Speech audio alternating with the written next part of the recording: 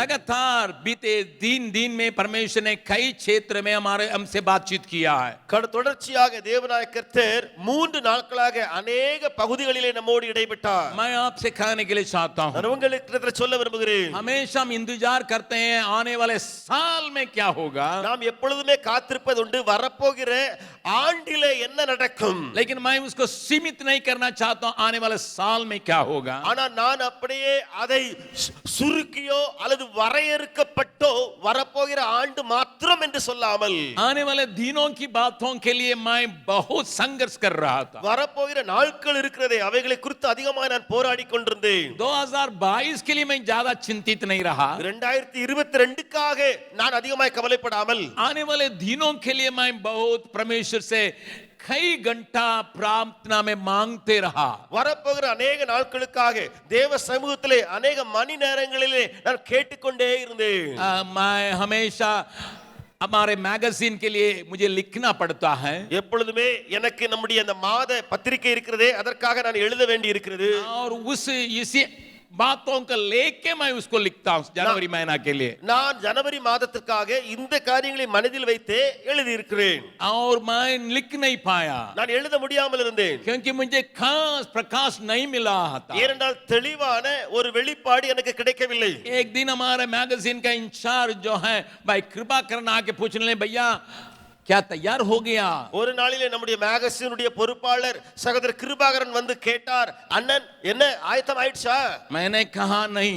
நான் சொன்னேன் இல்லை இல்லை, समय बहुत कम रहा क्योंकि उनको पहले भेजना है. முதலாவது பார்த்தோம் சொன்னா நேரம் ரொம்ப குறைவா இருந்து ஏன்னா அவர்தான் முதலாவது அதை பார்க்க வேண்டும். मुझे कई घंटा में परमेश्वर के सामने ठहरना पड़ता था. எனக்கு अनेक மணி நேரங்கள் தேவ சமூகத்தில் காத்திருக்க வேண்டியதா இருந்தது. प्रभु के नाम की स्तुति प्रशंसा होवे. தேவ நாமத்துக்கே மகிமை.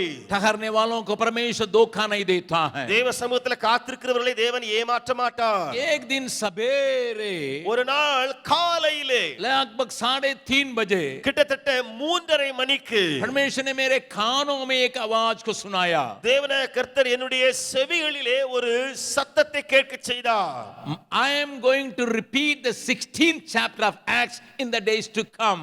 आने वाले दिनों में प्रेरितों के काम के 16वां अध्याय में जो हुआ है उसको दोबारा करने जा रहा हूं. मैं आवाज उठ गया था. நான் சத்தத்தை கேட்டு எழுப்பி விட்டேன். मैं स्वप्न में नहीं देखा था. நான் சொப்பனத்திலே பார்க்கவில்லை.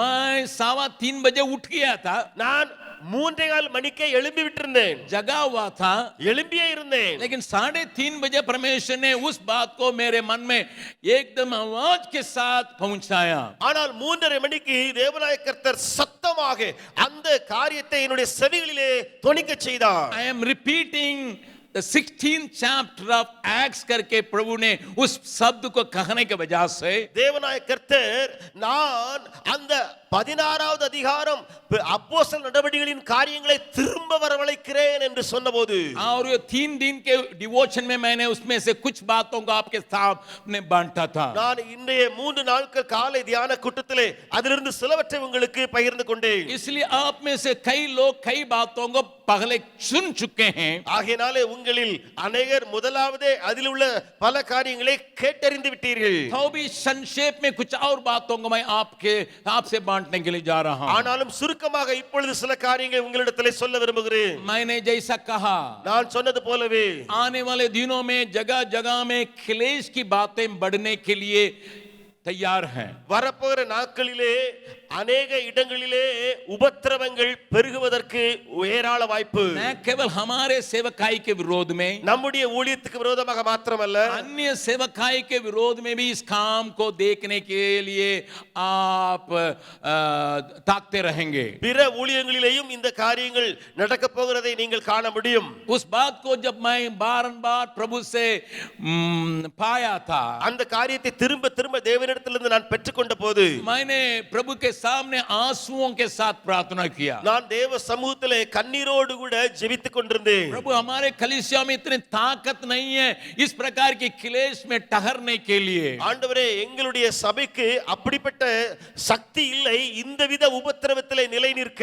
न केवल हमारे कलीसियाओं में, எங்கள் சபையிலே மாத்திரமல்ல ஆண்டவரே चारों तरफ अन्य संस्थाएं जो काम कर रही है अन्य प्रदेशों में उनको भी उतना ताकत नहीं नहीं है करके मैं देखता हूं। நான் பார்க்கிறேன் ஆண்டவரே, எங்களுடைய சபைகளை காட்டிலும் வெளியில் இருக்கிற பிற ஸ்தாபனங்கள், பிற மாவட்டங்கள் அல்லது பிற மாநிலங்கள் அங்கேயும் இல்லை. दक्षिण भारत की कलीसिया में भी उतनी ताकत को मैं नहीं देख पा रहा हूं। தென்னிந்திய சபைகளிலும் கூட அப்படிப்பட்ட ஒரு வல்லமையை நான் காண முடியவில்லை. और इस बात को आप क्यों अनुमति देते हैं? ஆண்டவரே, ஏன் இதை நீர் அனுமதிக்க போகிறீர்? प्रभु ने इस बात को बारंबार मुझे समझाया। தேவனாய் கர்த்தர் திரும்ப திரும்ப எனக்கு இந்த காரியத்தை புரிய मैं வைத்தார். एक बहुत बड़ी कठिनाई के पहले शुद्धिकरण के लिए ज्यादा काम करने की आवश्यकता है। நான் ஒரு பெரிய அறுவடைக்கு முன்பதாக சுத்திகரிப்பின் வேலையில ஈடுபட வேண்டிய அவசியம் உண்டு. कलीसियाओं में सेवकाई में शुद्धिकरण के लिए मुझे काम करना पड़ेगा। சபைகளிலே ஊழியங்களிலே நான் சுத்திகரிப்பை செய்ய வேண்டும். क्योंकि नए दाखरस को नई बोतल में ही रखना पड़ेगा। ஏனால் புதிய திராட்சரசத்தை புதிய துருத்திகளில் தான் வார்க்க வேண்டும். इसलिए उसके नवीनीकरण के लिए मैं इस काम के अनुमति देता हूं। ஆகையினாலே புதிதாக்கப்படுவதற்காக இதை நான் அனுமதிக்கிறேன். मैं आपसे कहने के लिए चाहता हूं, உங்களிடத்தில் சொல்ல விரும்புகிறேன். मैंने पेंटिकॉस्ट को भेजा था, நான் பெந்தேகோஸ்தை அனுப்பினேன். फिर persecution को भेजा था, திரும்ப பெர்சிக்யூஷனை அனுப்பினேன். फिर पैंडेमिक को भेजा था। திரும்ப பேண்டமிக்கை அனுப்பினேன். हम भी कलीसिया उस जगह में नहीं आई है जिस जगह में होना है। சபைகள் அந்த இடத்துக்கு இன்னும் வராமல் இருக்கின்றன, எந்த இடத்துக்கு வர வேண்டுமோ. इसलिए मैं उसको तीव्रता के साथ थोड़ा आगे बढ़ा रहा हूं। ஆகையினாலே அந்த காரியத்தை நான் தீவிரமாய் நடப்பிக்க போகிறேன். इसी कारण से इस बात को अनुमति दूंगा, कलीसिया अपने लोगों को तैयार करें। ஆகையினாலே இந்த காரியத்தை நான் அனுமதிக்க போகிறேன். சபை தன்னை ஆயத்தப்படுத்த. कल शाम को पास्टर कल्याण कुमार ने हमारे लिए उपद्रव रखा हुआ है। कलीसिया के कैलेंडर में ये एक भाग है, प्रेरितों के प्रचार में ये भी पूरा जगह लिया करके अनेक वचनों से दिखाए थे। நேற்றைக்கு இரவிலே பாஸ்டர் கல்யாண் குமார் அவர்கள் வரும்பொழுது சொன்னார்கள், நம்முடைய அந்த கிறிஸ்தவ கேலண்டரிலே அல்லது சபையின் அல்லது அதனுடைய பகுதிகளிலே இந்த உபத்திரவம் ஒரு பகுதியாக வைக்கப்பட்டிருக்கிறது. और शुरू से कलीसिया इसको सामना करने के लिए तैयार रहा है। ஆரம்பத்திலேயே சபையார் அதை மேற்கொள்ள ஆயத்தமாக இருந்தார்கள். उन्होंने ये भी कहा था, அவர் சொன்ன இதையும் பார்த்தால், और इस बात को हम जानते हैं तो भी उन्होंने याद दिलाया।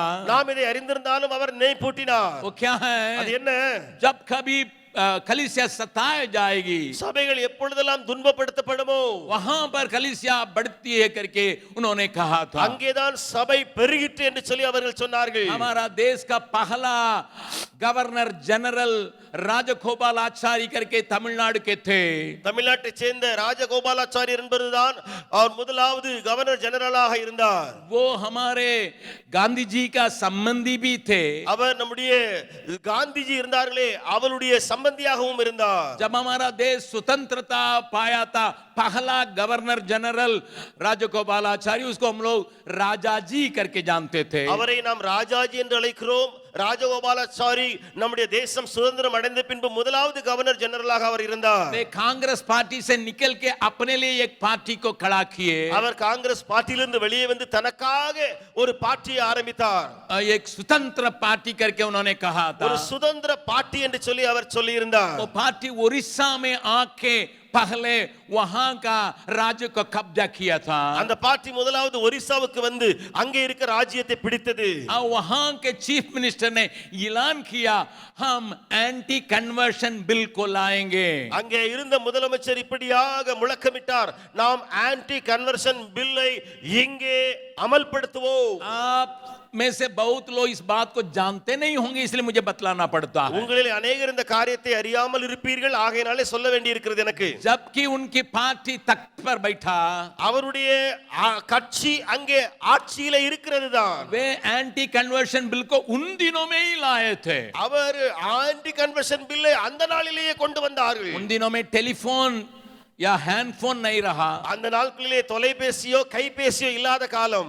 और किसी को कुछ संदेश भेजना है टेलीग्राम को इस्तेमाल करते थे। யாருக்காவது செய்தி அனுப்ப வேண்டும் என்று சொன்னால் டெலிகிராம்ல தான் அனுப்புவார்கள். और टेलीग्राम राजा जी ने उड़ीसा के चीफ मिनिस्टर को भेजा था। அந்த டெலிகிராம் ராஜாஜி அவர்கள் ஒரிசா முதல் மந்திரிக்கு அனுப்பினார்கள். उस बात मुझे याद है क्योंकि मैं छोटा था, அந்த காரியம் जवान था। நான் வாலிபனாய் இருந்திருப்பேன், சின்னவனாய் இருந்திருப்பேன், எனக்கு அந்த காரியம் இன்னும் ஞாபகமாக இருக்கிறது. क्या लिखा था मालूम है? என்ன அவர் எழுதியிருந்தார் அதிலே? राजा जी एक पढ़ा लिखा आदमी है. ராஜாஜி ஒரு படிப்ப அறிவு அறிந்தவர். हमारा हिंदुस्तान का पहला गवर्नर जनरल था. நம்முடைய இந்தியாவினுடைய முதலாவது கவர்னர் ஜெனரலாக இருந்தார். और अंग्रेजी लोग Mountbatten, Lord Mountbatten को हटा के इनको बैठाए थे. ஆங்கிலேயர்கள் லார்ட் மவுண்ட் பேட்டனை நீக்கிவிட்டு இவரை அதிலே அமர்த்தினார்கள். उन्होंने एक टेलीग्राम भेजा था. அவர் ஒரு டெலிகிராம் அனுப்பினார். अपने पार्टी के चीफ मिनिस्टर को टेलीग्राम भेजा था. தன்னுடைய பார்ட்டியினுடைய சீஃப் மினிஸ்டருக்கு டெலிகிராம் அனுப்பினார். क्या भेजा था मालूम है?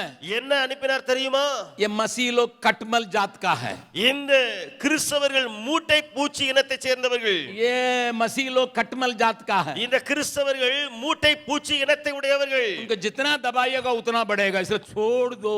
அவர்களை எவ்வளவாய் நசுக்குகிறீர்களோ அவ்வளவாய் பெருகிக் கொண்டே போவார்கள், விட்டுவிடுங்கள். ये मसीह नहीं कहा है. இது கிறிஸ்தவன் ஒன்று சொல்லவில்லை. एक पढ़ा लिखा एक ऊंचा पदवी में रहने वाला ஒரு படிப்பறிந்த உயர் பதவியில இருக்கிற ஒரு மனுஷர் राजा जी ने कहा था. ராஜாஜி அவர்கள் சொன்ன விஷயம். बगल वाला का हाथ पकड़ बोले आप कटमल जात है. பக்கத்தில் உள்ள கரங்களை பிடித்து சொல்லுங்கள், நீங்கள் மூட்டை பூச்சி இனத்தார். और जितना दबाइएगा उतना फैलेगा, எவ்வளவாய் நசுக்குறீங்களோ அவ்வளவாய் பெருக்கம், उतना बढ़ेगा.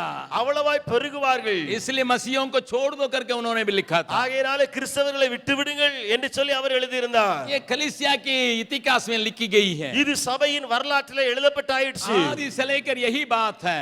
ஆரம்பத்திலிருந்தே இதே விஷயம் தானே. इसलिए न केवल परमेश्वर शुद्धिकरण को लाता है, ஆகையினாலே தேவன் சுத்திகரிப்பை கொண்டு வருவது மாத்திரமல்ல, परंतु बढ़ोतरी को भी इसी ढंग से लाता है. பெருக்கத்தையும் இவ்விதமாகவே கொண்டு வருவார். ताली बजा के तैयार करे हैं. கரங்களை தட்டி நாம் தேவனை மகிமைப்படுத்துவோம். अपने लोगों को तैयार कीजिएगा. தன்னுடைய உங்களுடைய ஜனங்களையே நீங்கள் ஆயத்தப்படுத்துங்க. हर एक प्रचार में थोड़ा बहुत इसके बारे में कहिएगा. ஒவ்வொரு பிரசங்கத்திலும் கொஞ்சம் கொஞ்சமா இதை குறித்து சொல்லுங்கள் வெளியே. मुझे एक बात याद है. எனக்கு ஒரு காரியம் ஞாபகத்தில் இருக்கிறது. रूपा दीदी जब वेट मिनिस्ट्री को चला रही थी, ரூபா दीदी ரூபா का वेट मिनिस्ट्री நடத்தி கொண்டிருந்த காலம், और यहाँ पर 400 से अधिक बहन लोग इकट्ठे थे.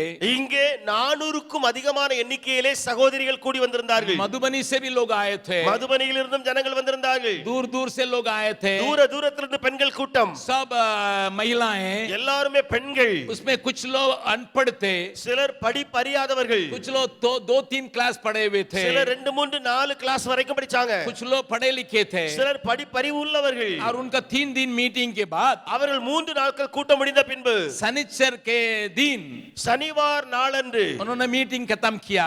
அவர்கள் கூட்டத்தை முடித்தார்கள். उनको घर विदा करने के लिए तैयारी कर रही थी. பெண்களை வீட்டுக்கு அனுப்பிவிட ஆயத்தம் செய்தார்கள். और दूर में से आने वाले बहनें, தூரத்திலிருந்து வந்திருக்கிற சகோதரி, जो झारखंड के दूर क्षेत्र में बंसरी वगैरह से आए हुए लोग, பன்சரியா அல்லது ஜார்க்கண்ட்ல இருந்து வந்திருக்கிற அந்த பெண்கள், मधुबनी के लोग, மதுபனியை சேர்ந்தவர்கள், वो रूपा से आके पूछने लगे, அவர்கள் வந்து ரூபா அக்காவிடம் கேட்டார்கள், दीदी दीदी அக்கா हम लोगों को रात भर ठहरने दीजिए, எங்களை இரவு வரைக்கும் இங்கேயே தங்க விடுங்கள், भोजन के लिए प्रबंध कर दीजिए, சாப்பாட்டுக்கு ஆயத்தம் பண்ணிருங்க. सवेरे आराधना में भाग लेने के बाद हम लोग जाएंगे. अगर नहीं हो वहां ना तो आराधना कर पाएंगे, यहाँ ना आराधना कर पाएंगे. காலையிலே ஞாயிற்றுக்கிழமை ஆராதனையிலே கலந்து கொண்டு விட்டு நாங்கள் ஊருக்கு போவோம், இடையில போவோம் சொன்னா அங்கேயும் ஆராதனைக்கு போக முடியாது, இங்கேயும் ஆராதனை விட்டு விடுவோம். रूपा कहने लगे ठीक है. ரூபாக்கா சொன்னாங்க சரி. 70-80 लोग थे, கிட்டத்தட்ட 70-80 பேர் இருந்தாங்க. मैं नहीं जानता था. எனக்கு அந்த விஷயங்கள்லாம் தெரியாது. सिकरिया का कलीसिया में சிக்கரியா சபையிலே मैंने उस दिन persecution की एक वीडियो को दिखाने के लिए प्रबंध किया. அந்த நாளிலே இந்த பெர்சிக்யூஷன் சம்பந்தமாக அல்லது உபத்திரம் சம்பந்தமான ஒரு வீடியோவை காண்பிக்க நான் ஏற்பாடு செய்தேன். सतावट के बारे में मैं वीडियो दिखाने के लिए लोगों के तैयार करके उसको दिखाने के लिए था. துன்பப்படுத்தப்படக்கூடிய காரியங்களை குறித்ததான ஒரு வீடியோவை ஆயத்தம் பண்ணி நான் காண்பிக்க இருந்தேன். और उसमें पुराने मसीहत के विरोध में कितने लोग उठे थे, किस प्रकार लोग जानवरों के सामने डाले गए, किस प्रकार काटे गए, किस प्रकार चीरे गए, किस प्रकार जलाए गए, उसका अंग भी था. அதிலே ஒரு பகுதி இப்படியாக இருந்தது, எப்படியாக அங்கே கிறிஸ்துவுக்காக பாடுபட்டார்களே, நின்றார்களே, அவர்களை மிருகங்களுக்கு இரையாக்கினார்கள் அல்லது அவர்களை தீயிலே போட்டார்கள், அவர்களை வாளால் அறுப்புண்டார்கள் என்றதெல்லாம் இருந்தது. फिर कम्युनिस्ट देश में जो बातें हुई थी उन जातों को एक अंश था. அதிலே பார்த்தோம் என்று சொன்னால் கம்யூனிஸ்ட் நாட்டிலே நடந்த அந்த ஒரு காட்சியும் அதிலே இருந்தது. वर्तमान काल में जो उपद्रव में कलीसियाएं पाई जाती है, चाहे कोरिया में हो, उगांडा में हो, उन बातों को उसमें जोड़े थे. அப்படியே இப்பொழுது சபையிலே துன்பப்படுத்தப்படக்கூடிய காரியம் ஒரு கொரியாவோ உகண்டாவோ அந்த காட்சியும் இருந்தது. उन सारी बातों को देखने से आपका दिल में जी नहीं रहेगा. அந்த காரியங்களை எல்லாம் பார்த்து விட்டால் நீங்கள் பயந்தே போவீர்கள். विश्वास में क्यों आए करके आप ही कुछ सोचने लायक उन तस्वीरों को वहां दिखाया गया. நான் ஏன் விசுவாசியாய் மாறினேன் என்று சொல்லி அந்த காட்சிகள் உங்களை பயமுறுத்தும். परंतु ஆனால் ध्यान से सुनिएगा, கவனியுங்கள், जब आराधना शुरू हुई, ஆராதனை ஆரம்பித்த உடனே ये लोग वहां बैठे थे. இவர்கள் அங்கே உட்கார்ந்திருந்தார்கள். मैं अपना प्रचार को चेंज नहीं कर सकता हूं, நான் பிரசங்கத்தை மாற்ற முடியாது, वीडियो शो को चेंज नहीं कर सकता हूं, வீடியோ காட்சியை மாற்ற முடியாது. और मैं सारी बातों को किया, मेरा दिल धक धक कर रहा था. எல்லாவற்றையும் நான் காட்டிக் கொண்டிருந்தேன், உள்ளம் தக் தக் சொல்லி துடித்தது. मैंने इन 80 बहनों को जब देखा, நான் இந்த 80 பெண்களையும் பார்த்தபோது मैं सीधा जाके रूपा से कहा, நான் நேரா போய் ரூபாவிடம் சொன்னேன், तुम्हें पहले बतलाना चाहिए था. நீ முதல்ல இதை சொல்லிருக்க கூடாதா? ये लोग नया नया विश्वासी இவங்க हैं, எல்லாம் புதிய புதிய விசுவாசிகள் ये ஆயிடுச்சு. लोग विश्वास को छोड़ के भाग जाएंगे ऐसा இவங்க देखेंगे तो. எல்லா விசுவாசத்தை விட்டுட்டே போயிருவாங்க. लेकिन रूपा कहने लगी, ஆனா ரூபா சொல்லுவாங்க, அவங்க आराधना के बाद वो बहन लोग हमारे पास आए थे, ஆராதனை முடிந்த பின்பு அந்த பெண்கள் எல்லாம் எங்க இடத்துல வந்தாங்க, विदाई लेने के लिए आए थे. அவர்கள் போறோன்னு சொல்லி போக வந்தார்கள். लेकिन वे क्या कह रहे थे, சொன்னது என்ன தெரியுமா? दीदी बड़े भैया से कहिए ऐसे ही वीडियो को हम लोग को दिखाए ताकि ना हमारा विश्वास तगड़ा होगा. அக்கா, நீங்க அண்ணனிடத்துல சொல்லுங்க, இப்படிப்பட்ட வீடியோவை காண்பிக்க சொல்லுங்க, இவருடைய விசுவாசம் வலுப்பெறும் அல்லவா. इसलिए आप अपने कलीसिया में इस बात को सिखाने के लिए चुकिए मत. ஆகையால இந்த காரியத்தை உங்க சபையில கற்றுக் கொடுக்க நீங்கள் பின்வாங்க வேண்டாம். वचन से सिखाइए, நீங்கள் கற்றுக் கொடுங்கள், घटनाओं से सिखाइए, சம்பவங்களை சொல்லுங்கள், रोने के लिए नहीं, அளவைக்கு அல்ல, उनके अंदर विश्वास को मजबूत करने के लिए. அவர்களுக்குள்ள விசுவாசத்தை உறுதிப்படுத்த. कितने लोग विश्वास करते हैं इस प्रकार हमारा विश्वास तगड़ा होता है? जोरदार हालेलुया बोले. இப்படித்தான் விசுவாசம் வலுவடையும் என்று சொல்லுகிறவர்கள் எல்லாரும் जरूर हम सिखाएंगे, நாம் காண்பிப்போம், जरूर हम सिखाएंगे, நாம் கற்றுக் கொடுப்போம், विश्वासियों को तैयार करेंगे விசுவாசிகளை ஆயத்தப்படுத்துவோம், ताकि परमेश्वर का कार्य आगे बढ़ सके. இது நிமித்தம் தேவ ஊழியம் தொடர்ந்து செய்யப்படும். मैंने इस बात को आपको कह चुका था. நான் இந்த காரியத்தை உங்களுக்கு ஏற்கனவே சொல்லிவிட்டேன். एक और बात को मैंने कहा था, இன்னொரு காரியத்தையும் நான் சொன்னேன். आने वाले दिनों में வரும் நாட்களிலே बड़े बड़े लोग आपके पास दौड़ के आएंगे, क्योंकि पवित्र आत्मा का प्रकटीकरण आपसे जबरदस्ती के साथ काम करेगा. பரிசுத்த ஆவியானவருடைய வெளிப்பாடு உங்களுக்குள்ளே பயங்கர கிரியை நடப்பிப்பதனாலே பெரிய பெரிய இடத்துல இருக்கிறவர்கள் உங்களை தேடி வருவார்கள். आप उनके पीछे नहीं पड़ेंगे, நீங்கள் அவர்களை தேடி போகாமல் परंतु वे आपके खोज में, அதிகாரிகள் உங்களை தேடி आपके तलाश में आएंगे. உங்களை நாடி कल सवेरे मैं आराधना में उसी प्रकार का अभिषेक में आपको ढकेल के मैं वचन को दिया था. நேற்றைய காலை ஆராதனையிலே அப்படிப்பட்ட வசனங்களை சொல்லிதான் உங்களை நான் அதற்கு உற்சாகப்படுத்துகிறேன். ये भी प्रेरितों के काम 16वां अध्याय की एक बात है. அதுவும் அப்போஸ்தலர் 16 நடந்த ஒரு காரியம். रोमी जेलर वहां पूरा परिवार के साथ राते रात प्रभु को ग्रहण करके राते रात परिवार के साथ बपतिस्मा लेते हुए देखते हैं. ரோம ஜெயிலர் ஒருவன் அங்கே இரவிலேயே ஞானஸ்நானம் பெற்று இரவிலேயே வீட்டரை அனைவரோடு கூட இயேசுவை பின்பற்றினார். इसलिए आने वाले दिनों में ஆகையில வரும் நாட்களிலே पवित्र आत्मा का जबरदस्ती की बारिश में आप और हम भीगेंगे अगर हम अपने को सौंपेंगे. நாம் நம்மை ஒப்புக் கொடுத்தால் பரிசுத்த ஆவியானவருடைய அந்த மழையிலே நாம் நனைய போகிறோம். उसके बारे में मैं आगे कुछ बतलाऊंगा, வரும் நேரத்திலே இன்னும் அவைகளை குறித்து சொல்லுவேன். लेकिन और एक बात को मैंने कहा, ஆனால் இன்னொரு காரியத்தையும் நான் சொன்னேன். आज सवेरे कहा, இன்றைய காலையிலே சொன்னேன். कुछ लोगों के परिवार में उस प्रकार माँ बाप के साथ हो, भाई बहन के साथ हो या बच्चों के साथ में हो, சில குடும்பத்திலே பெற்றோர்கள் நிமித்தமாகவோ அல்லது பிள்ளைகளின் நிமித்தமாகவோ அல்லது அவளுடைய அண்ணன் தம்பியினுடைய காரியத்தின் நிமித்தமாகவோ उनके ऊपर निर्भर होके जो जी रहे हैं उनके जीवन में எவர்களை சார்ந்திருக்கிறார்களோ அவருடைய வாழ்க்கையிலே ऐसे आंधी बहने पर है करके मैंने कहा. அப்படிப்பட்ட புயல் காற்று அடிக்க போகிறது என்று நான் சொன்னேன். मैं आपको डराने के लिए नहीं कहता हूं करके भी कहा था. நான் இதையும் சொன்னேன், உங்களை பயமுறுத்த சொல்லவில்லை. पर याद रखिएगा, ஆனால் நினைவில் வையுங்கள், ये बात आपके विश्वास को परखने के लिए, இந்த காரியம் உங்களுடைய விசுவாசத்தை பரிசோதிக்க, आपके अर्पणता को परखने के लिए, உங்களுடைய அர்ப்பணிப்பை சோதித்தறிய, आपका डेडिकेशन और कमिटमेंट को बिल्कुल न केवल सिर करने के लिए परंतु परखने के लिए ये हवा को प्रभु विदा कर रहा है. இந்த காற்றை ஏன் தேவன் அனுப்புகிறார் என்று சொன்னால் உங்களுடைய கமிட்மென்ட் அல்லது டெடிகேஷன் அதை சோதித்தறிய மாத்திரமல்ல அதிலே நிலை நிற்பதற்காக.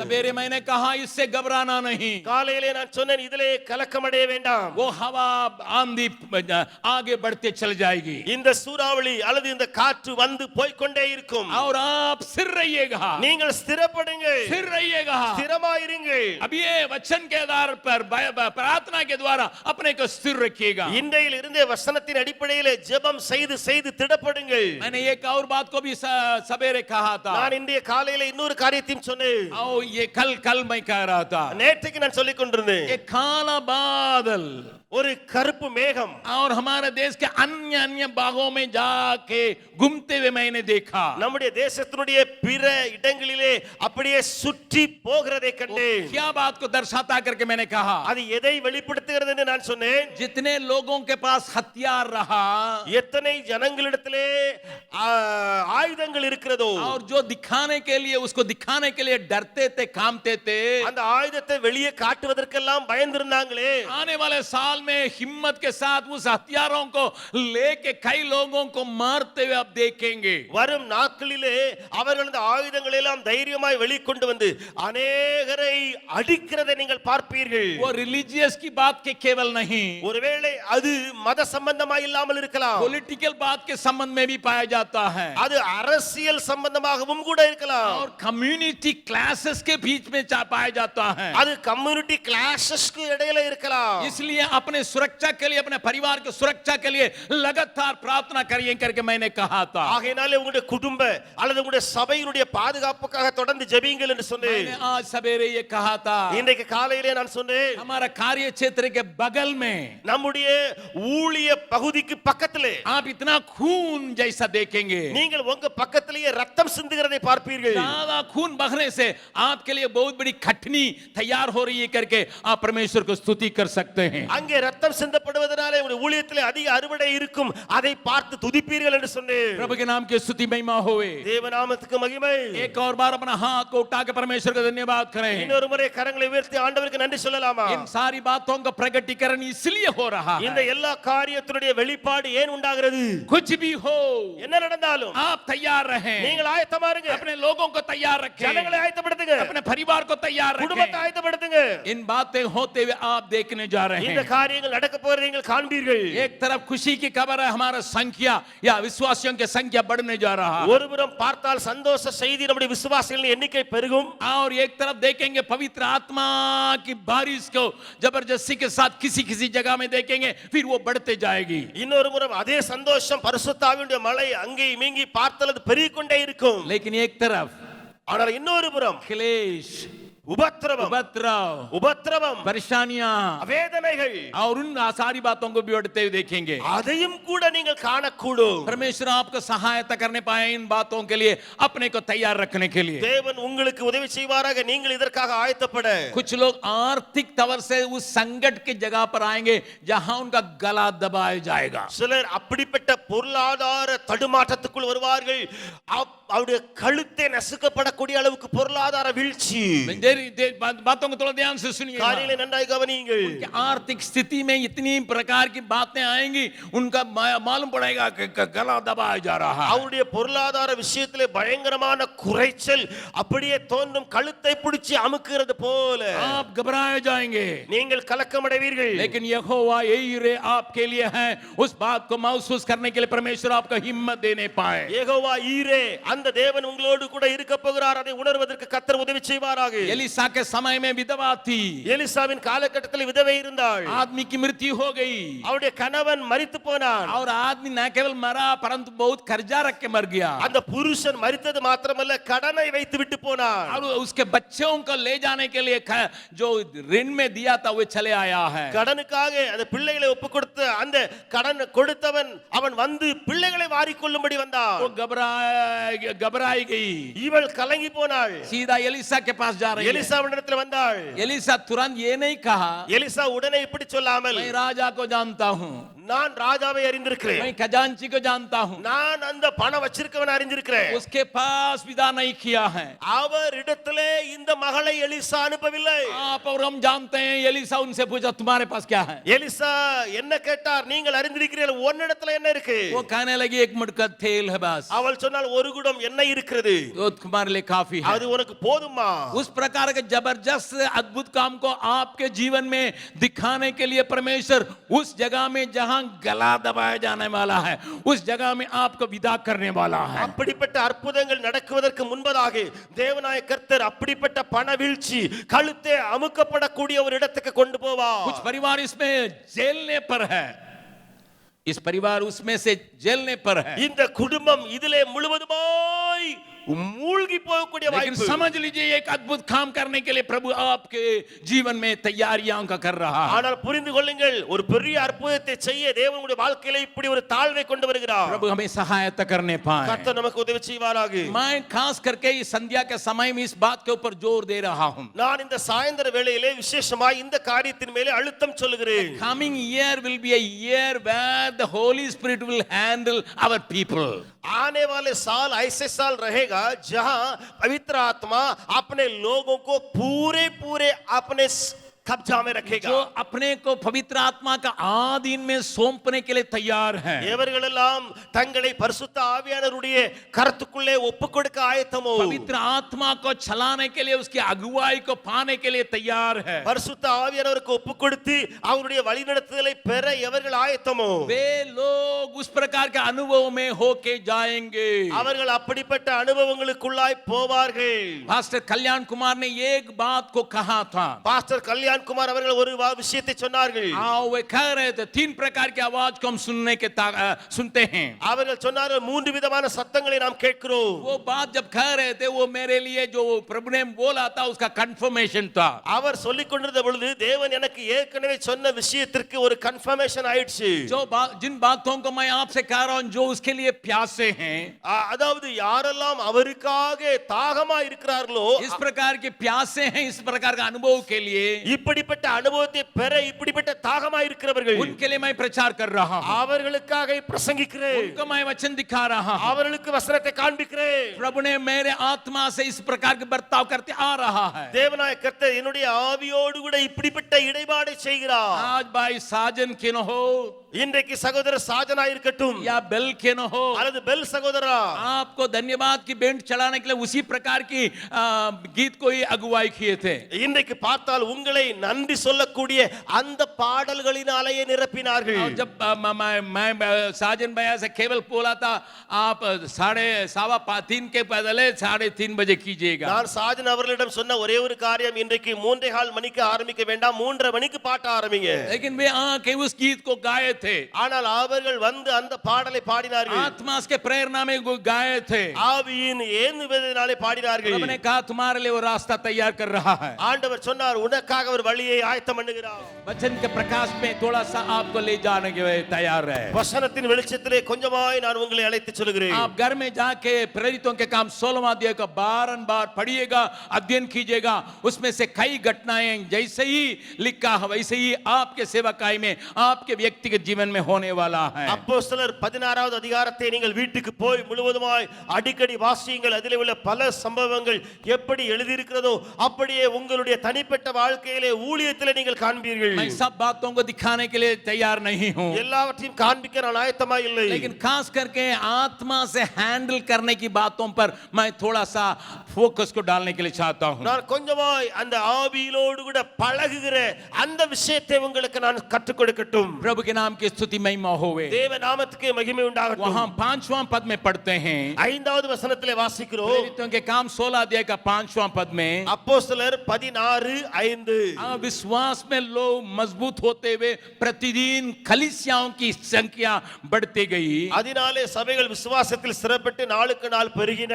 अभी पौलुस और उसका टीम चाहते हैं उन कलीसियाओं को जो स्थिर होके बढ़ रही है उसको और मजबूत करें. இப்பொழுது பவுல் அல்லது சீலா விரும்புகிறார்கள் அந்த சபைகள் இப்பொழுது ஸ்திரப்படுகிறதே இன்னும் பலனடைய செய்ய வேண்டும் என்று. इसलिए वे यात्रा को आगे बढ़ रहे हैं. ஆகையாலே அவர்கள் பிரயாணப்படுகிறார்கள். आओ उनका आइटिनरी बना हुआ है. அவர்களுக்கு ஐட்டினரி ஏற்கனவே உருவாக்கப்பட்டு விட்டது. कहां जाना है कहां जाना है करके एक तालिका को बना के रखे हैं. ஒரு பட்டியலை ஏற்கனவே வைத்திருக்கிறார்கள் எங்கே போக வேண்டும் என்ன செய்ய வேண்டும். वहां लेकिन 6वां पद में पाते हैं ஆனால் 6ஆம் வசனத்திலே பார்க்கிறோம் वे जब गए थे पवित्र आत्मा ने उन्हें एशिया में वचन सुनाने से मना किया है. அவர்கள் போனபோது ஆசியாவிலே வசனத்தை சொல்லாதபடிக்கு பரிசுத்த ஆவியானவர் தடை பண்ணார். तुरंत दूसरा रास्ता को अपना रहे हैं. உடனே அவர்கள் வேறு வழியாய் போகிறார்கள். 7वां पद में फिर लिखा है 7ஆம் வசனத்தை பாருங்கள். परंतु यीशु के आत्मा ने उन्हें जाने न दिया. ஆனால் இயேசுவின் ஆவியானவரோ அவர்களை போக ஒட்டாதிருந்தார். थोड़ा सा इस वचन के ऊपर ध्यान दें जिसको आप जानते हैं जरूर. நீங்கள் அறிந்திருந்தாலும் கொஞ்சம் அதிலே கவனம் வையுங்கள். फिर 8वां पद में वो दूसरे तालिका दूसरे आइटिनरी को बना रहे हैं. திரும்ப 8வது வசனத்திலே அவர் வேறொரு புரோகிராம் உண்டாக்குகிறார்கள். लेकिन परमेश्वर ने उनको वहां रोका था. ஆனால் தேவன் அங்கே அவர்களை நிறுத்தினார். A team guided by the Spirit of God by stopping them.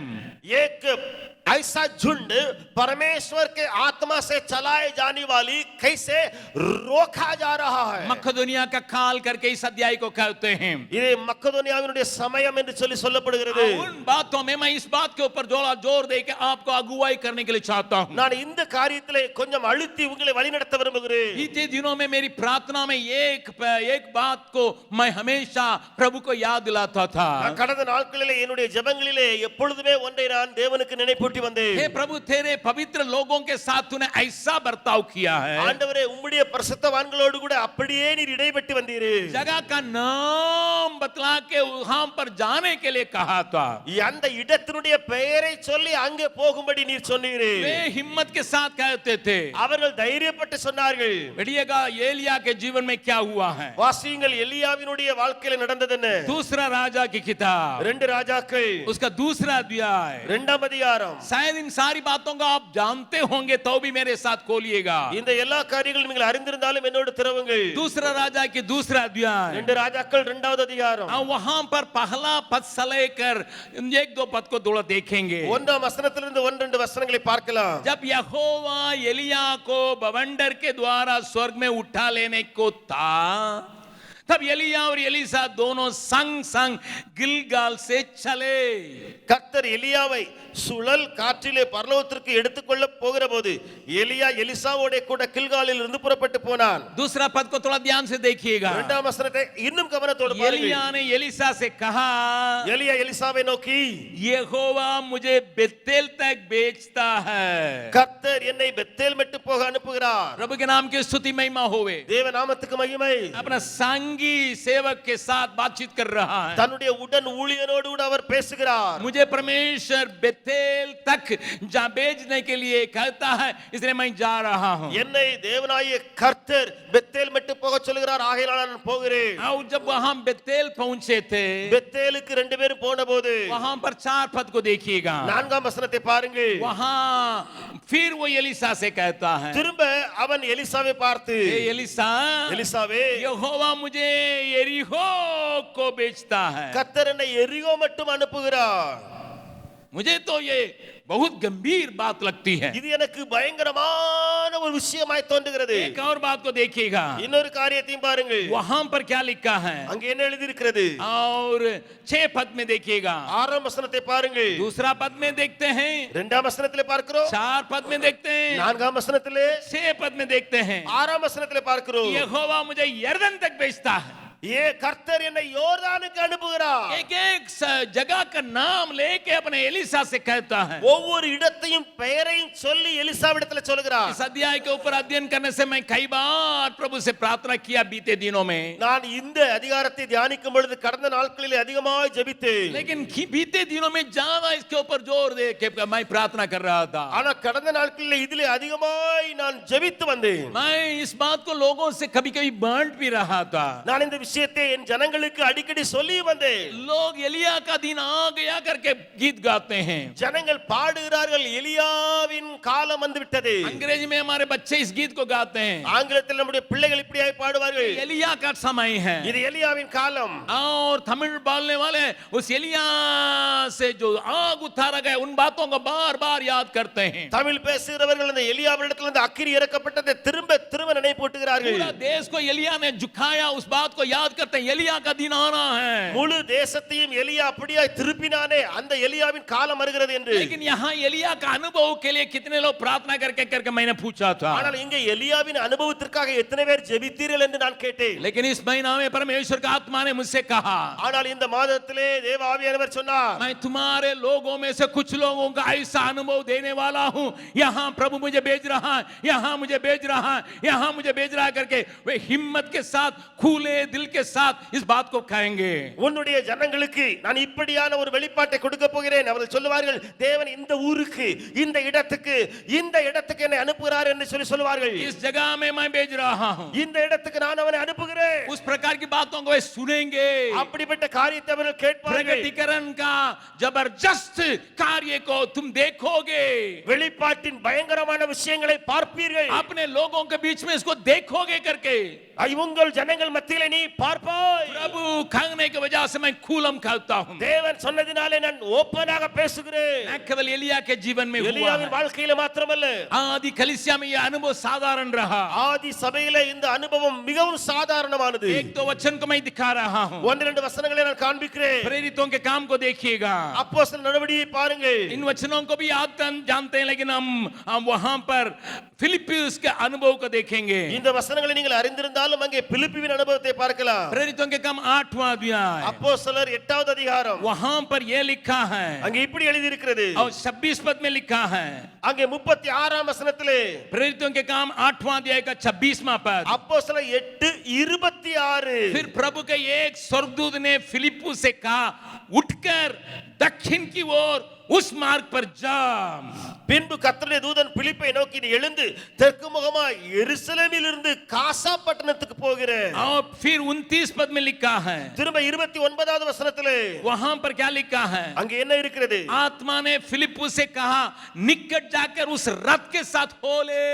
ஆவியானவர் பிலிப்போடே சொன்னார், நீ போய் அந்த ரதத்துடனே சேர்ந்து கொள். फिर आगे उस अध्याय में देखते हैं, திரும்ப தொடர்ந்து அந்த அதிகாரத்தில் வாசித்தால், आत्मा ने फिलिप्पुस को उठा के भी ले गया है. ஆவியானவர் பிலிப்பை எடுத்துக்கொண்டு போனார். प्रभु के नाम की स्तुति महिमा होवे. தேவ நாமத்துக்கு மகிமை. उसको 39 पद में देखते हैं. அதை 39லே வாசிக்கிறோம். 39वां पद में लिखा है, 39லே இருக்கிறது. प्रभु का आत्मा फिलिप्पुस को उठा ले गया. கர்த்தருடைய ஆவியானவர் பிலிப்பை கொண்டு போய் விட்டார். अगर फिलिप्पुस को इस अनुभव दे सकता है, பிலிப்புவுக்கு கர்த்தர் கொடுக்க முடியும் என்றால், परमेश्वर पक्षपात करने वाला नहीं है. अंतिम दिनों में अपनी कलीसिया के सेवकों के साथ भी ऐसा बर्ताव करने जा रहा. विश्वास करने वाला एक जोरदार हालेलुया बोले. தேவன் பட்சபாதம் உள்ளவர் அல்ல. கடைசி நாட்களிலே தன்னுடைய சபையிலே இப்படியே செய்வார். न केवल इसको आप केवल हालेलुया से समाप्त करें, நீங்கள் இதை அல்லேலூயா சொல்லி முடிக்கிறது மாத்திரமல்ல, आपके दिल में एक प्यास पैदा हो जाए. உங்களுடைய உள்ளத்திலே ஒரு தாகம் உருவாகட்டும். आदि कलीसिया के लोगों का ऐसा अनुभव है, ஆதி சபைக்கு அந்த அனுபவம் இருந்தது. ऐसी बातें हैं, அப்படி காரியங்கள் இருந்தன. तो उनकी यात्रा को रोकता है, அவருடைய பிரயாணத்தை தடை பண்ணினார். ले जाने के लिए कहता है, அவர் சொல்லுகிறார், நீ இங்கே போ.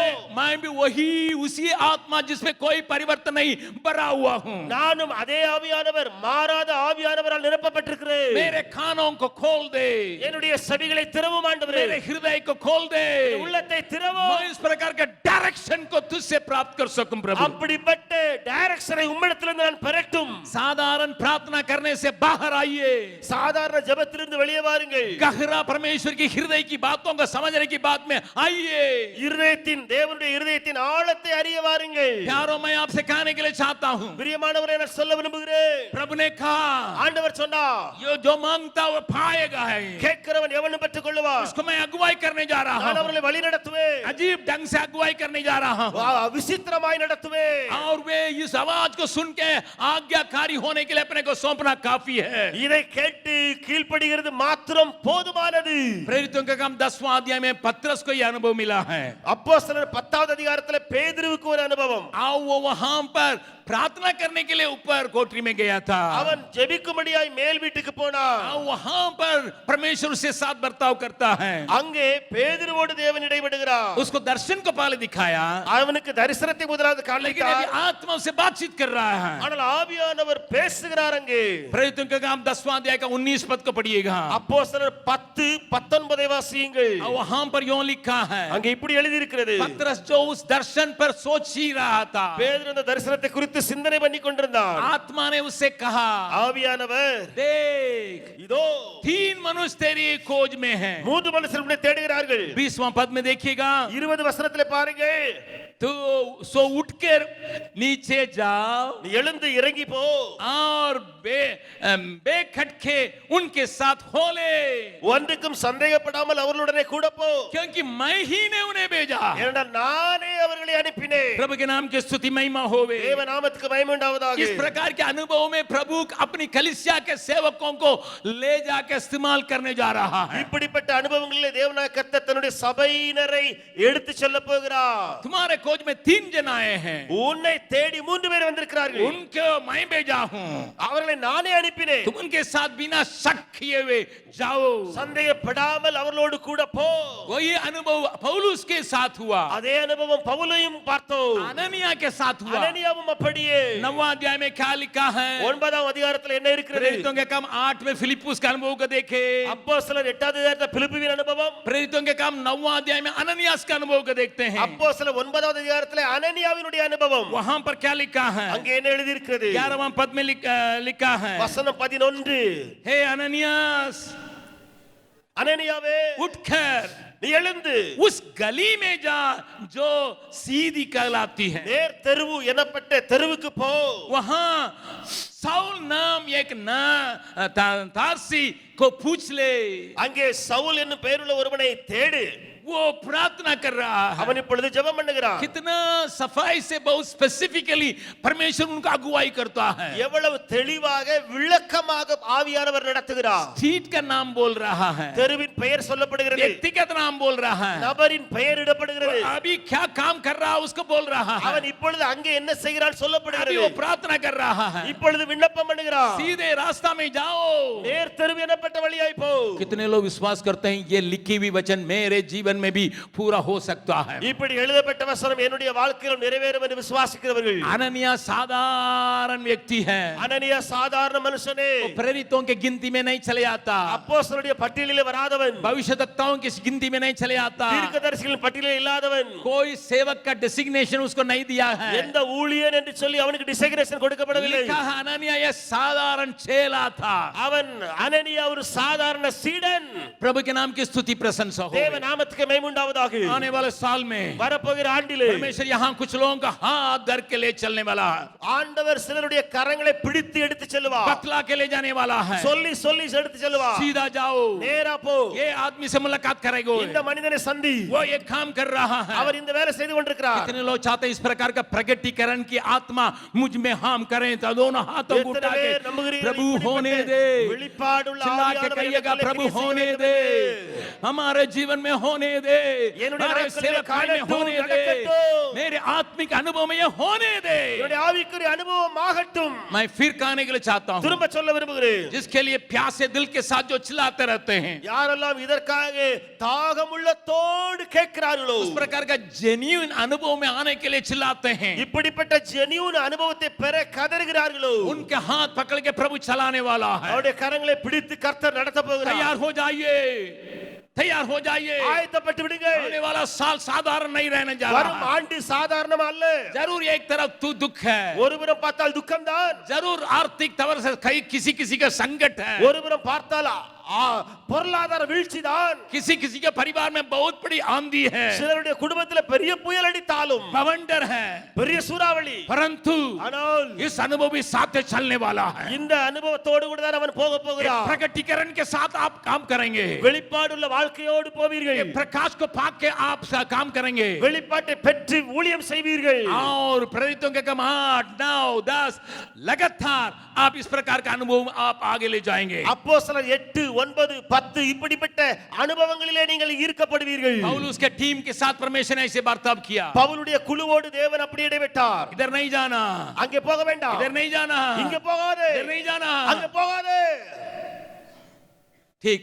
சரி, हमारे यात्रा को पवित्र आत्मा रोक सकता है, நம்முடைய பிரயாணத்தை பரிசுத்த ஆவியானவர் தடை பண்ண முடியும். लेकिन एक और भी हमारी यात्रा को, हमारे प्रोग्राम को रोक सकता है. ஆனால் இன்னொருவனும் கூட நம்முடைய புரோகிராமையும் நம்முடைய பிரயாணத்தையும் தடை செய்ய முடியும். उसको भी हम जानते हैं, लेकिन मैं याद दिलाने के लिए चाहता हूं. அதையும் நாம் அறிந்திருந்தாலும் நினைப்பூட்ட விரும்புகிறேன். पहला தெசலோனிக்கிयों 1 தெசலோனிக்கேயர் वहां दूसरा अध्याय, அங்கே 2வது அதிகாரம், पहला तेसलोनिकियों दूसरा अध्याय 1 தெசலோனிக்கேயர் 2ஆம் அதிகாரம் 18 पद में आप देखिएगा, 18ஆம் வசனத்தில் நீங்கள் பாருங்கள்.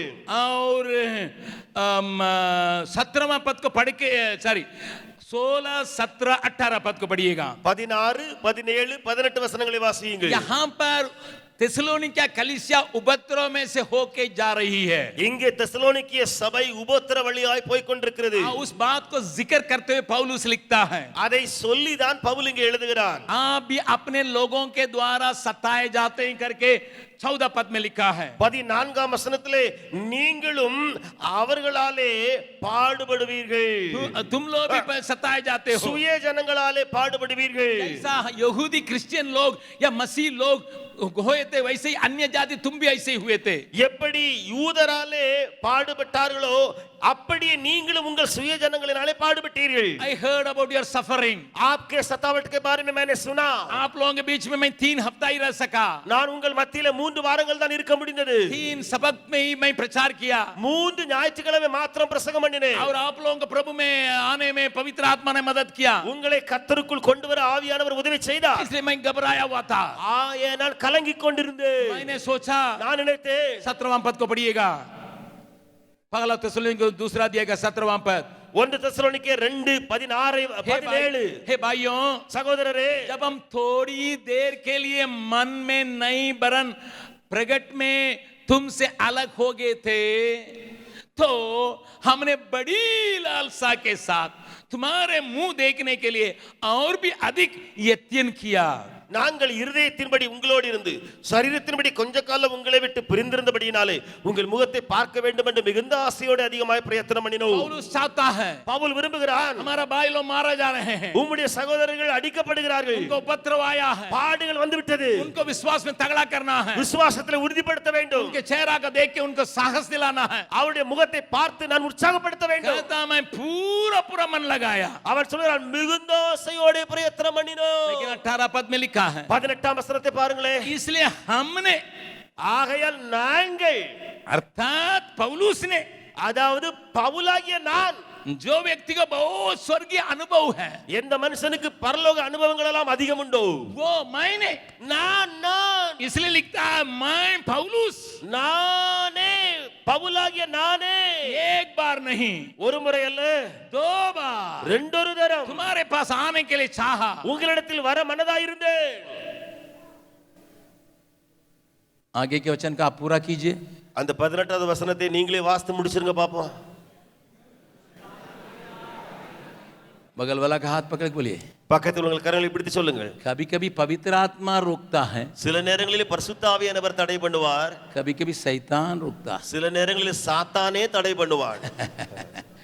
इसको पहचानने के लिए आपका आत्मा का परख का पूरा दरकार है. இதை நீங்கள் அறிந்து கொள்வதற்கு ஆவியானவருடைய உதவியினாலே பகுத்தறிய வேண்டும். शैतान को आप पवित्र आत्मा का नाम दे सकेंगे, சாத்தானுக்கு நீங்கள் பரிசுத்த ஆவியானவர் தான் செஞ்சார் சொல்லலாம், या पवित्र आत्मा को शैतान का नाम दे सकते அல்லது हैं. பரிசுத்த ஆவியானவர் செய்கிறத சாத்தான் செய்தான் சொல்லலாம். भाई, अगर आप सही से नहीं पहचानने की आदत ताकत रखते हैं, நீங்கள் சரியாய் பகுத்தறிய வல்லமை இல்லாமல் இருந்தால் आप घबरा जाएंगे. நீங்கள் கலங்கியே போவீர்கள். पास्टर कल्याण ने इस बात को पतरस के जीवन को लेके बोल रहे थे. பாஸ்டர் கல்யாண் அவர்கள் பேதுருவின் வாழ்க்கையில் இருந்து சொல்லிக் கொண்டிருந்தார்கள். शैतान के रूप में पतरस आके यीशु मसीह को डांट रहा था। சாத்தான் அவனுக்குள்ளே புகுந்ததனால பேதுரு வந்து பூந்தல் சாத்தானால ஆட்கொள்ளப்பட்டார். சாத்தானால் ஆட்கொள்ளப்பட்டு பேதுரு இயேசுவானவரை திட்டிக் கொண்டிருந்தார். यीशु ने कहा शैतान இயேசு சொன்னார், சாத்தானே मेरे पीछे चले जाओ, எனக்கு பின்னால போ, तुम्हारे सलाह की आवश्यकता नहीं। உனக்கு நீ எனக்கு ஆலோசனை சொல்ல வேண்டியதில்லை. यीशु तुरंत पहचानता है இயேசு உடனே பகுத்தறிந்தார், ये इसकी आत्मा नहीं है, இது இவனுக்குள்ள இருக்கிற ஆவியானவர் கிடையாது, परमेश्वर की आत्मा से भी नहीं है, இது தேவ ஆவியானவர் ये கிடையாது, शैतान की आत्मा से काम कर रहा இது है। சாத்தானுடைய ஆவியினாலே ஆள்கப்பட்டிருக்கிறார். आप इस घटना को अच्छी तरह से जानने की वजह से मैं ज्यादा इसके बारे में कहने की आवश्यकता இந்த नहीं। சம்பவத்தை நீங்கள் நன்றாக அறிந்திருக்கிறதுனால அதிகமாக நான் வர்ணிக்க விரும்பவில்லை. आप ही के साथ रहने वाला, உங்களோடு கூட இருக்கிறவர்கள், आप ही के बारे में जानकारी प्रकट पाया हुआ, உங்களை குறித்து நன்றாய் அறிந்து வைத்தவர்கள், उसी की आवाज शैतान की आवाज के रूप में आ सकती है। அவருடைய சத்தம் சாத்தானுடைய சத்தமாக உங்களுக்கு வரக்கூடும். प्यारों याद रखिएगा, பிரியமானவர்களே மனதில் வையுங்கள். यहाँ पौलुस कहता है இங்கே பவுல் சொல்லுகிறார், एक बार नहीं ஒரு முறை அல்ல, वरन दो बार ரெண்டொரு தரம் तुम्हारे पास आने के लिए चाहा, நானே வர மனதாயிருந்தேன், परंतु शैतान ने हमें रोक रखा। ஆனால் சாத்தானோ தடை பண்ணினான். प्रभु के नाम की स्तुति प्रशंसा होवे। தேவ நாமத்துக்கே மகிமை. इस बात को भी हम पहचानते हैं, இதையும் நாம் அறிந்து கொண்டு लेकिन வைத்திருக்கலாம். अभी एक और बात को भी पास्टर कल्याण ने कहा था। ஆனால் இன்னொரு காரியத்தை பாஸ்டர் கல்யாண் சொன்னாங்க. क्या कह रहे थे? என்ன சொல்லிக் கொண்டிருந்தார்கள்? मनुष्य तुम्हारे विचार में अड़ंगा लगाएंगे। மனிதர்கள் உன்னுடைய காரியத்திலே தடையை கொண்டு வரலாம். ध्यान से सुनिएगा, நன்றாக கவனியுங்கள். मनुष्य का मतलब हमारा शत्रु नहीं है, மனிதன் என்றால் நம்முடைய எதிரி அல்ல, हमारे मित्र, நம்முடைய நண்பர், हमसे प्यार करने वाले, நம்மை நேசிக்கிறவர்கள், हमारे भलाई के लिए सोचने वाले। நம்முடைய நன்மைக்காக யோசிக்கிறவர்கள். वे कैसा रोकेंगे, அவர்கள் எப்படியா தடை பண்ண முடியும்? उसको कैसा पहचानना है, அதை எப்படி நான் பகுத்தறிவது? क्या उसको मानना है कि नहीं मानना है। அதை ஏற்றுக்கொள்வதா அல்லது ஏற்றுக்கொள்ளாமல் இருப்பதா? परिवार के लोग हो सकते हैं, குடும்பத்தாரே இருக்கலாம், या दोस्त हो सकते हैं, நண்பனா இருக்கலாம், या जो निकट जो काम कर रहे हैं वे हो सकते हैं, நம்முடைய சமீபத்தில் நம்மோடு இருந்து ஊழியம் செய்கிறவரா இருக்கலாம், हमारे डिपार्टमेंट के हो सकते நம்முடைய हैं, துறையை சார்ந்தவரோ, हमारे सेवकाई में जो सात वेग हो सकते हैं। ஊழியத்தில் இருக்கிறவரோ.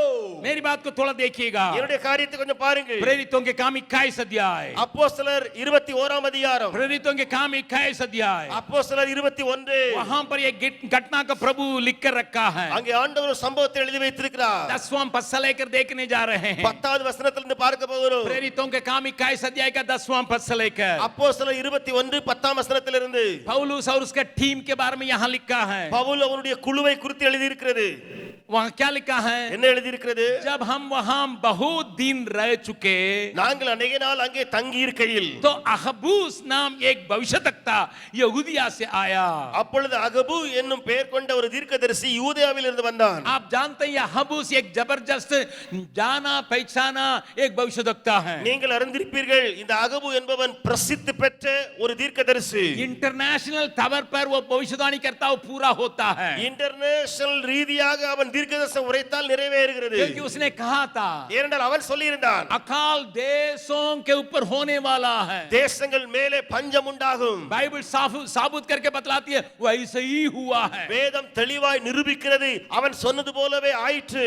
अभी अनुभव के साथ अहबूस आया है। இப்பொழுது அனுபவம் பெற்றவனாய் அகபு வந்திருக்கிறான். और वहां पर क्या कहता है? அங்கே என்ன சொல்லுகிறான்? 11वां पद में வசனம் 11, उसने हमारे पास आकर पौलुस का पटका लिया और अपने हाथ पांव बांध कर कहा पवित्र आत्मा ये कहता है।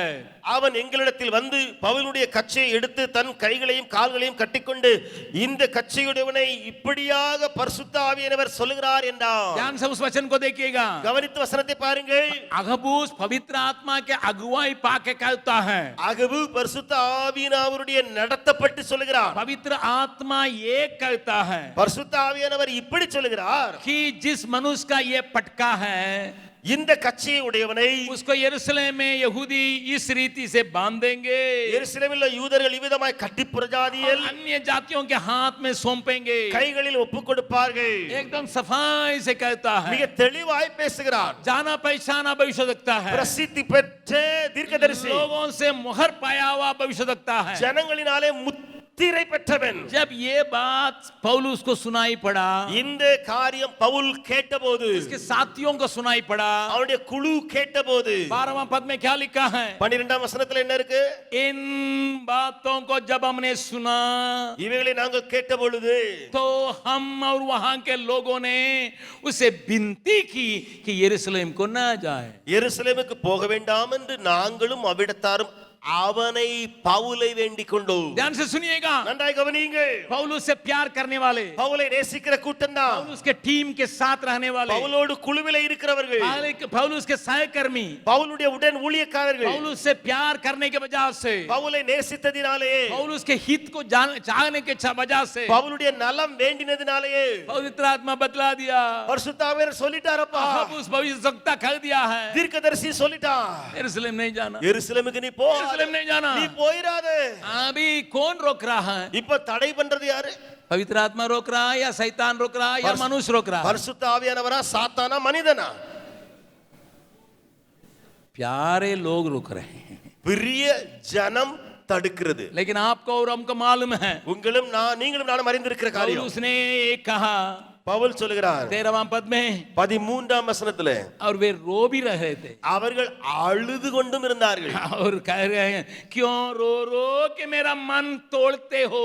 அதற்கு பவுல், அழுது என் இருதயத்தை ஏன் உடைக்கிறீர்கள்?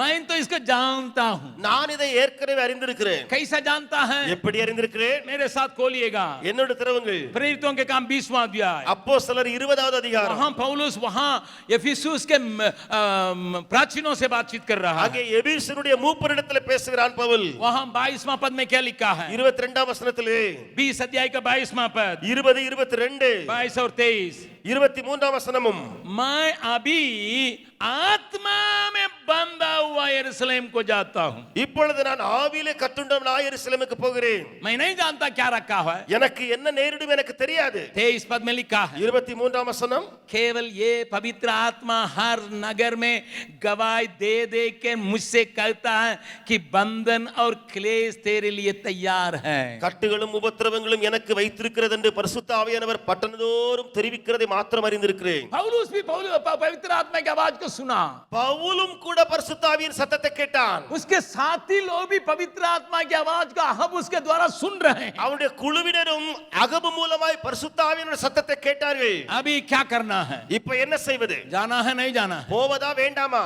बगल वाला का हाथ पकड़ के बोले, आप रोते क्या कहते हैं? பக்கத்துல கரங்களை பிடித்து சொல்லுங்கள், நீங்களா இருந்தா என்ன செய்திருப்பீங்க? बोलिए, पूछे கேளுங்க கேளுங்க, நீங்களா இருந்தா என்ன செஞ்சிருப்பீங்க? आपके प्यारे लोग हैं, உங்க பிரியமான ஜனம் தானே, साथी लोग हैं, உங்க கூட இருக்கிறவங்க தானே, सहकर्मी हैं, உடன் ஊழியக்காரங்க சொல்றாங்க, इन्हीं के बल पर ही आप काम करते हैं. இவங்க பலத்தினாலே ஓடுறீங்க நீங்க. उनकी बात को कैसा मानेंगे? मानेंगे नहीं? அவங்க சொல்லத கேட்கவா வேண்டாமா?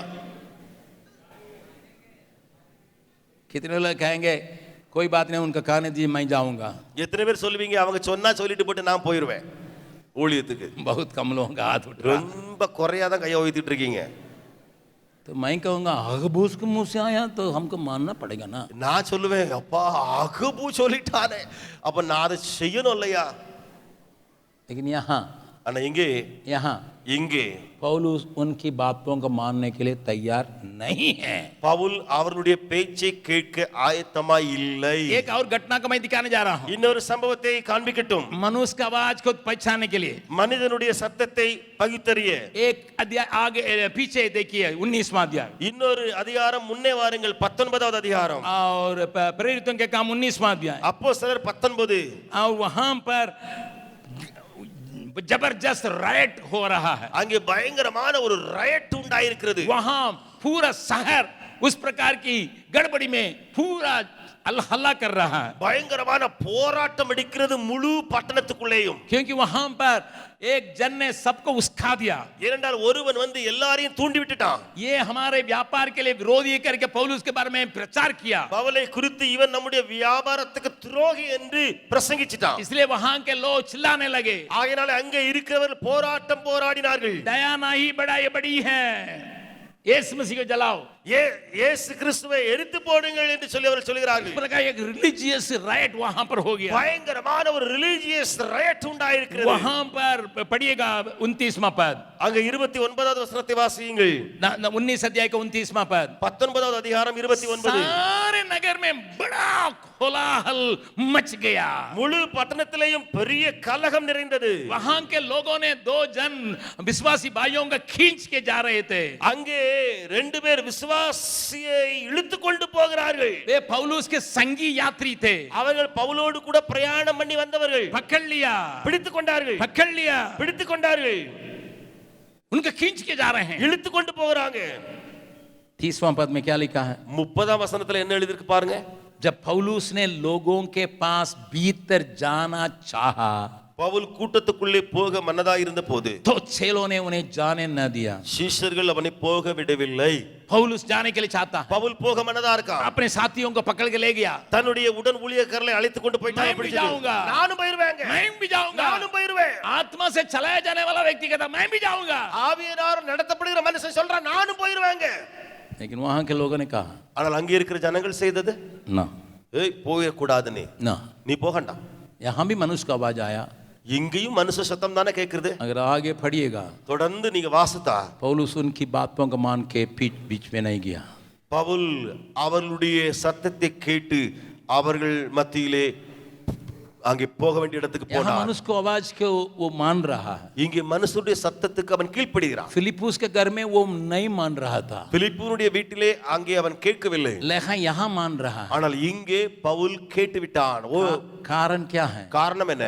यरूशलेम में बांधने के लिए आत्मा ने कहा, बीच में नहीं. எருசலேமிலே நான் கட்டப்பட ஆவியானவர் சொன்னார், இடையிலே கட்டப்பட அல்ல.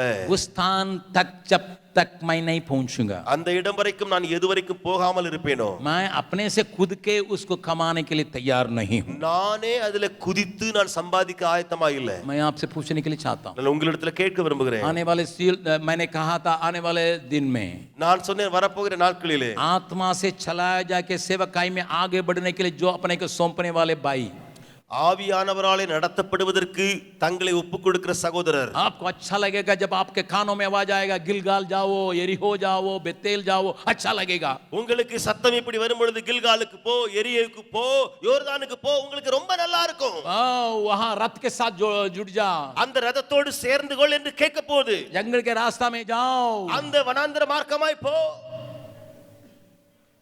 आज भी हमारे लोगों में से कुछ लोग सुनते हो, ये एक अनुभव मैं आपको बतलाने के लिए जा रहा हूं. இன்றைக்கும் நம்முடைய ஊழியத்திலே சிலர் கேட்கிறார்கள். ஒரு அனுபவத்தை மாத்திரம் நான் சொல்லுகிறேன். और यहाँ उनको मैं तारीफ करने के लिए नहीं, परंतु उदाहरण के लिए मैं कह रहा हूं. இங்கே அவர்களை புகழுவதற்காக அல்ல, நான் அவரை உதாரணத்துக்காக எடுக்கிறேன். हमारा भाई बांका में जो काम में लगाए गए हैं, நம்முடைய ஒரு சகோதரன் பாங்காவிலே ஊழியத்திலே நிறுத்தப்பட்டவர். और हमारा भाई डेविड लिविंगस्टन, நம்முடைய சகோதரர் டேவிட் லிவிங்ஸ்டன், वे वहां सेवा के लिए नया नया लगाए गए थे, क्योंकि हम चाहते थे बांका जिला में हम नया काम को शुरू करेंगे. அந்த சகோதரனை நாம் அங்கே அமர்த்தினோம் புதிதாக. ஏனென்றால் பாங்கா மாவட்டத்தில் நாம் ஊழியத்தை ஆரம்பிக்க வேண்டும் என்று. क्योंकि बांका डिस्ट्रिक्ट के बारे में हम लोग बहुत बोझ रख के प्रार्थना करते थे. ஏனென்றால் பாங்கா மாவட்டத்தை குறித்து அதிகமாய் பாரப்பட்டு ஜெபித்து வந்தோம். मैं तमिलनाडु के पास्टर रत्नम पाल, जो बड़ा चर्च का एक पास्टर है, जो पाड़ेंगोटे में रहते हैं, उनको मैंने बताया आप बांका जिला के लेके सेवा कीजिए, वहां कोई नहीं है,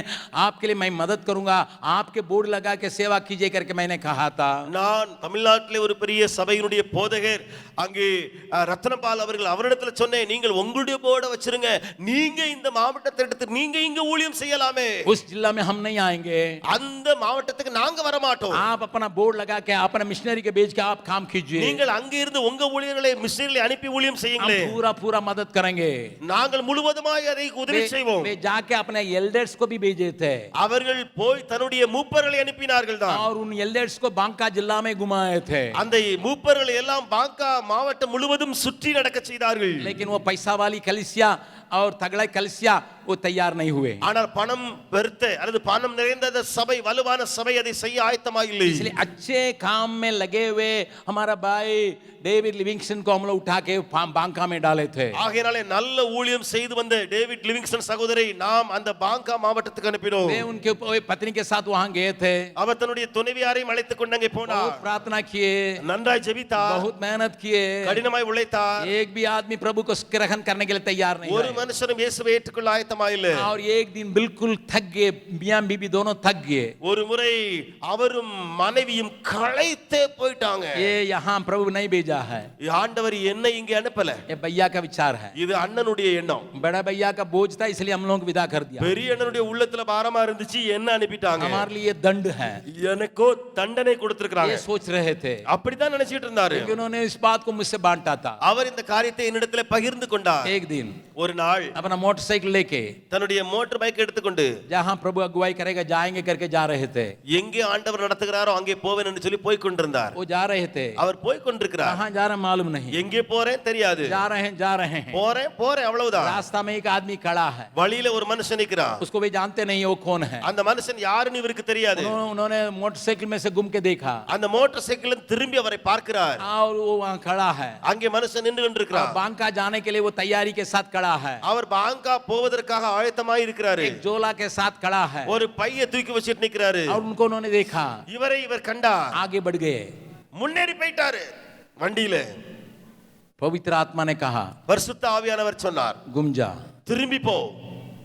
उस आदमी को घर पहुंचा के फिर जाना। அந்த மனிதனை நீ வீட்ல கொண்டு சேர்த்துட்டு நீ போலாம். कौन सा आदमी है, இது யார் அது? इसके घर को पहुंचाने के लिए मैं क्या करूं? இவன் யாரு, நான் யாரு, இவனை கொண்டு நான் வீட்ல விடுறதுக்கு? मुझ पर वो विश्वास करेगा कि चलिए करके मांग बोलने से? நான் சொன்ன உடனே அவன் நம்பிடுவானோ, என் மேல விசுவாசம் வைப்பானோ? प्रभु ने कहा கர்த்தர் சொன்னார், जाओ। போ.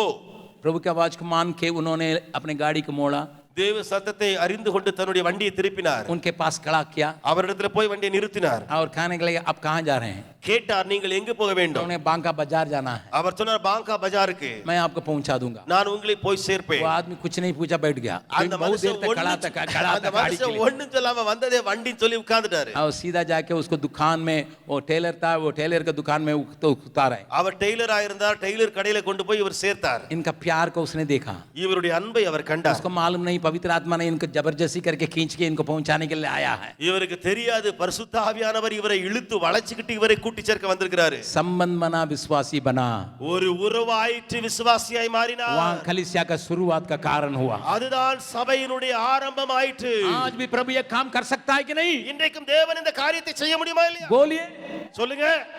कर सकता है, செய்ய முடியும், करता है। செய்கிறார். अगर आप उपलब्ध है, நீங்கள் ஆயத்தமா इसे இருந்தால், हैंडल करने के लिए उपलब्ध है, இதை கையாள ஆயத்தமா तो இருந்தால், परमेश्वर की आवाज को सुनने के लिए तैयार है। தேவ சத்தத்தை கேட்க ஆயத்தமா இருந்தால், परमेश्वर और मनुष्य की आवाज के बीच में फर्क को पहचानने के लिए अगर तैयार है, தேவ சத்தம் மனுஷ சத்தம் என்பதை பகுத்தறிய ஒப்புக் கொடுத்தால், आने वाले साल में வரும் ஆண்டிலே परमेश्वर आपको इस्तेमाल करने के लिए चाहता है। தேவன் உங்களை பயன்படுத்த விரும்புகிறார். क्लेश के बीच में, क्लेश के बीच में உபத்திரவங்களுக்கு மத்தியிலே परमेश्वर तुम्हें इस्तेमाल करने के लिए चाहता தேவன் है। உங்களை பயன்படுத்த तुम्हारे விரும்புகிறார். प्रकटीकरण को बढ़ाने के लिए चाहता है, உங்களுடைய வெளிப்பாட்டின் அனுபவத்தை பெருக்க आपको விரும்புகிறார். प्रकटीकरण को ज्यादा देने के लिए चाहता है। அதிகமான வெளிப்பாட்டை தர वो விரும்புகிறார். प्रतिदिन का अनुभव होने जा रहा है। ஒவ்வொரு நாளும் அனுபவமாய் மாறும். मैं आपको इमोशनल स्टेट में नहीं लाने के लिए चाहता நான் हूँ, உங்களை எமோஷனலாய் உந்தி தள்ள விரும்பாமல், परंतु अगर आप सचमुच में चाहते हैं, ஒருவேளை நீங்கள் உண்மையிலேயே இதை விரும்பினால், जहाँ आप है वहाँ घुटना में आ जाए। எங்கே நீங்கள் இருக்கிறீர்களோ அங்கேயே முழங்காலிலே வர முடியுமா? मैं सबको नहीं कह रहा हूं, अगर सचमुच में इस प्रकार की अगुवाई को प्राप्त करके प्रभु में आगे, प्रभु की सेवकाई में आगे बढ़ने के लिए चाहते हैं तो எல்லாரையும் நான் வேண்டிக் கொள்ளாமல் உண்மையிலேயே இப்படிப்பட்ட சத்தத்துக்கு கீழ்ப்படிந்து நடத்துதலை பெற விரும்புவர்கள் மாத்திரமே முழங்காலில் வாருங்கள். अपने दोनों हाथों को प्रभु के ओर தங்களுடைய ரெண்டு கரங்களையும் தேவனை நோக்கி உயர்த்துங்கள். प्रेरितों के लिए यह अनुभव है, அப்போஸ்தலருடைய அனுபவம் இதுவா இருந்தது. ये प्रभु भविष्यद्वक्ताओं का ये अनुभव है। ஆண்டவரே, தீர்க்கதரிசிகளின் அனுபவம் இதுவே. वही पवित्र आत्मा में कोई परिवर्तन नहीं, जबरदस्ती के साथ इन दिनों में हमारे साथ मिलके काम करने के लिए तैयार है।